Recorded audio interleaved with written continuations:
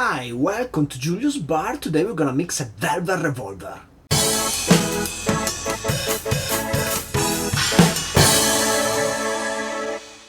So I was going through the list of the cocktails I want to try, and I found this Velvet Revolver that requires Pinot Noir. And incredibly, today I have a Pinot Noir in the house, open, which is something that probably is never gonna happen again. So I told myself, you have to try this cocktail, because then the Pinot Noir is gonna be gone, and the next time I'm gonna open a French wine is gonna be in a couple of years or so. So let's try this cocktail.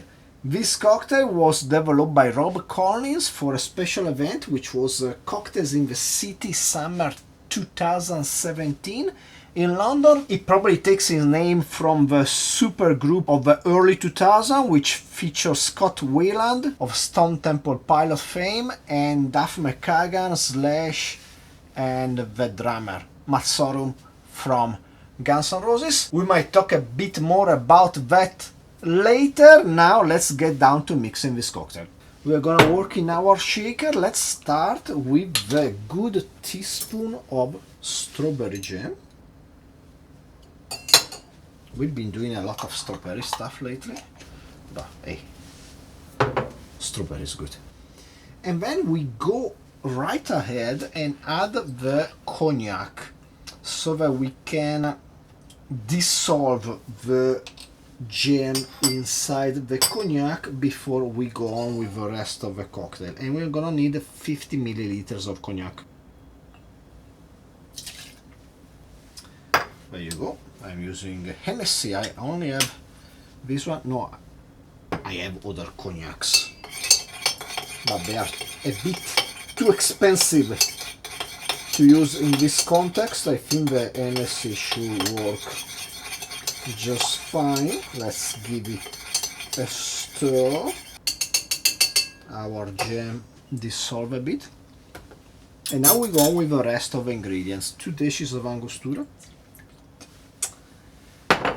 5 milliliters or a teaspoon of simple syrup. I have a rich simple syrup which is part cocteau.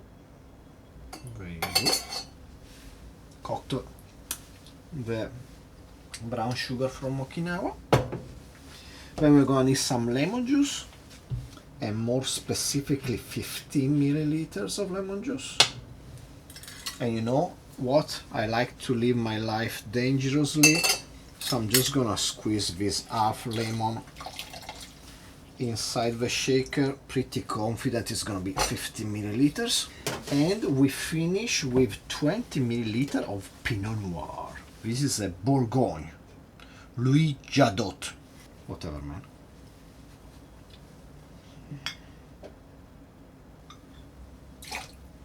Yeah, you know, like, Italians and French are not historically best buddies.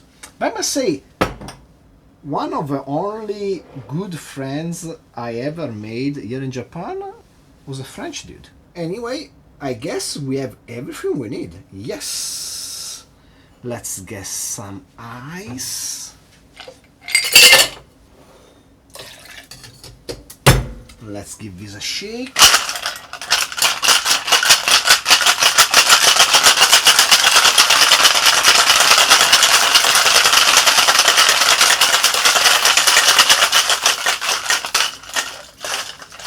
Let's get some nice ice for our tumbler, and let's fine strain the contents of our shaker so as to get rid of the jam. A bit of spoon action.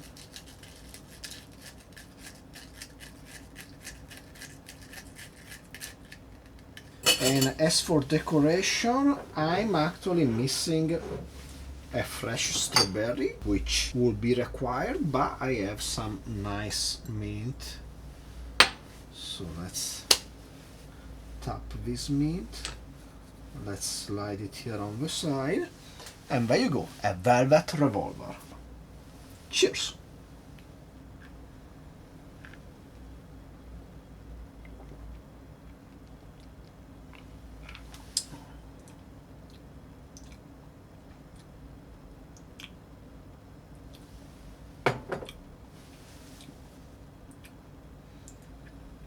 nice.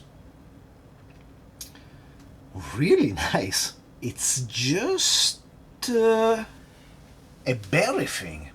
You cannot tell anymore the strawberries from the blackberry flavors which are in this Pinot Noir, which actually I noticed when I had this with some nice steak I had a couple days ago. All those flavors are merged together thanks to the lemon juice and the cognac. So berry-like, but not strawberry. It's a mixed berry feeling, which is really good actually. It's light, it's nice. I would say it's better than the band it's named after.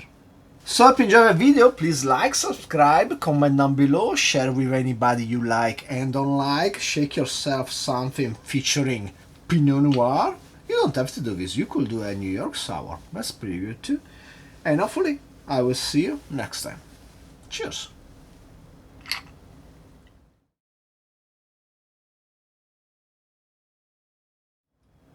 So, Velvet Revolver was a super band featuring Scott Weiland, the late Scott Weiland, and 3 members of Guns N' Roses. I never really cared for Scott Weiland. His rockstar antics. Don't know anything about the guy. Because even though I grew up in the 90s, I never really listened to Stone Temple Pilots. It was not my jam, and I don't know why. One reason, probably nobody ever proposed a song to me, a reason, like a really good catchy something I wanted to listen to. One reason I never really got interested in it was because the drummer for Stone Temple Pilots was getting his GMS drums, which is an American brand of drums, for free. While my idol Mark Zonder, drummer for the progressive metal band Fates Warning, he said he had to pay for his drums. And so I always hold it against the drummer of Stone Temple Pilots that he was getting shit for free. But that's beside the point. Velvet Revolver, when the second album came out called Libertad, I was really excited about it. I don't know why. I listened to it, I was like, this is great. I told my friends. And probably I listened to it twice. And I listened to it again now, just to refresh my memory, and it didn't refresh anything. No feelings. Left me completely cold. I guess at the time I was really excited to hear again some Guns N' Roses like riffs. I mean, to me, Appetite for Destruction is one of the best records ever of all time.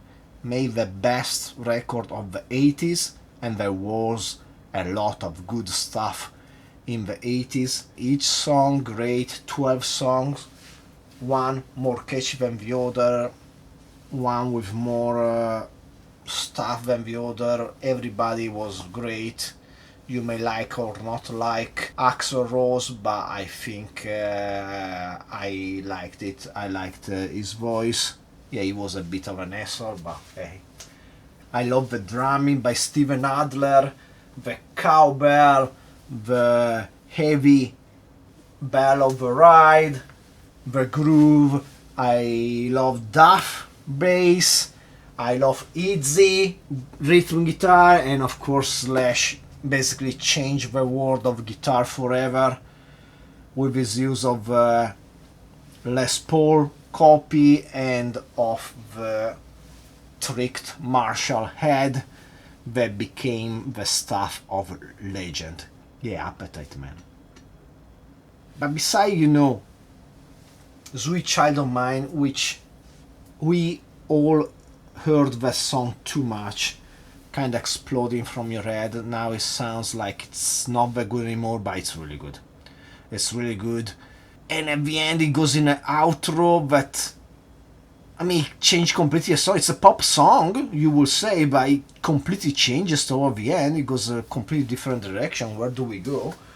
You have Paradise City, Mr. Brownstone, Welcome to the Jungle with that delay at the beginning that became also the Stafford Legend. My favorites will be probably Rocket Queen at the end. Love that song. Always bit ashamed listening to it. Scare my parents will hear the sexy scream in the middle of the song. And my probably all-time favorite is Night Train, which is a freaking masterpiece with a cowbell. Love a good cowbell song.